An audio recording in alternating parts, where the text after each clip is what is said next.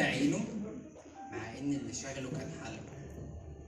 بس الشبوره واللمعان اللي كانوا على الكوبايه اللي انا واقفه فيها خطفوه. انا احكي لكم، انا كنت واقفه في كوبايه على السفره في وش الشباك كان مدخل شعاع شمس رهيب، عامل منظر في منتهى الاغراء. هو كان راجع من الحر، فرهد، حلقه ناشف، ما قدرش يقاوم المنظر يعني، قرب وهوب سابني المغفل وراح يجري على كان بيبسي عشان شكلها احلى. هو كان عيل صغير اصلا، العيال الصغيره كده دايما يغرها المناظر الحلوه. مش عارف الوم عليه ولا على اللي ربوه، في الاول والاخر ده عيل صغير وزي ما شاف الكبار بيعمل. كبير ولا صغير كلهم مستقلين بيا، مع ان ملهمش عيشه من غيري. عمر ما حد دخلني على ضيفه زي ما انا، عاملين لي سنيده اللي ما يستاهلوش، مره مع كوبايه شاي، مره مع فنجان قهوه. حتى القهاوي البلدي تلاقي الراجل من دول قاعد يدفع دم قلب، والشاي في القهوه في الحجر، وجت عند ام الغلبانه ام 5 جنيه لا مش هيفتح عشان يقف. والانقح بقوا يتنكوا. ما عادتش ام محمد تاخد ميه من الحنفيه تروح تطبخ، لا بقت تعمل لي اختبارات 5 مراحل. بتاع المنيل اللي اسمه فلتر ده شرطت على جوزي مفيش طبيخ غير لما تجيب الفلتر، ولازم ابو 5 مراحل لحسن حد يقول علينا حاجه. وعيالهم محمد ومنار. الواد محمد بينزل الجيم يعرق وينهج، واول ما يقول ناولوني بق بروتين مش بق ميه الناقص. واخته منار، اخته بتروح الشركه الصبح معاها ازازه شيت كده جميله خالص، معرفش دي ميه قلوي باين ولا معرفش دي شياكه ولا لزوم الصحه ولا انا مش فاهم. الله يرحم جدهم معلم بعرة الصنايعي، كان راجل الله يرحمه، الله يرحمك يا معلم بعرة. كان يشقى ويتعب في عز الظهر، يعطش يقوم رافع القلم. الحمد لله الف رحمه ونور يا معلم بعرة. كانت ايام حقيقي.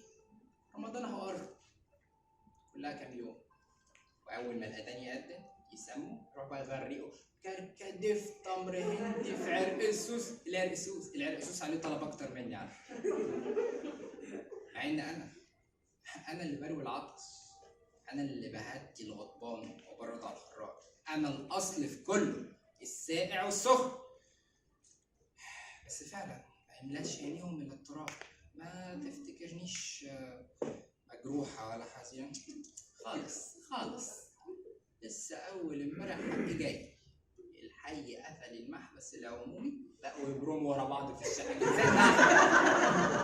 قاعد في طبخها وجوزها واقف كله صابون تحت الدش مش عارف يطلع. كانوا ساعتين عدال، انا مزاجي اتظبط حقيقي.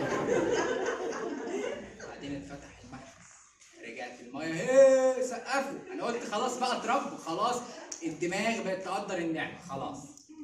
لكن دقايق ورجعت ريما لعادتها القديمه. اقول لكم الجد، انا ما بقيتش بزعل منهم، انا تقريبا عمري ما زعلت منهم. انا يا دوبك زعلان عليهم، يا دوب ساعتين خلوا يومهم مش معدي، ساعتين. بالك بقى لو كان الجفاف الله يقدر، هيبقى كل الوجع والعطش.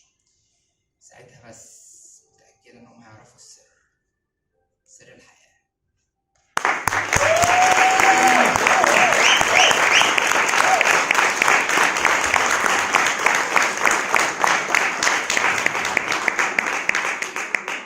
يا بنت السلطان حلمك عالغلبان، المية في ايديكي وحبيبك عطشان.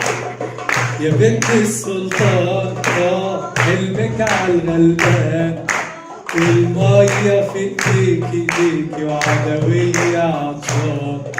على كوبري عباس ماشية وماشية الناس، ماشية تبص عليكي يا فروتة واناناس.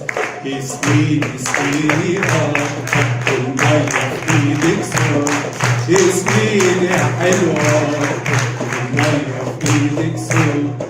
وسعيدة يا حلوة سعيدة ياللي بلادك بعيدة، أموري وأنا جيلك ماشي يا حر مصر الجديدة. اسقيني اسقيني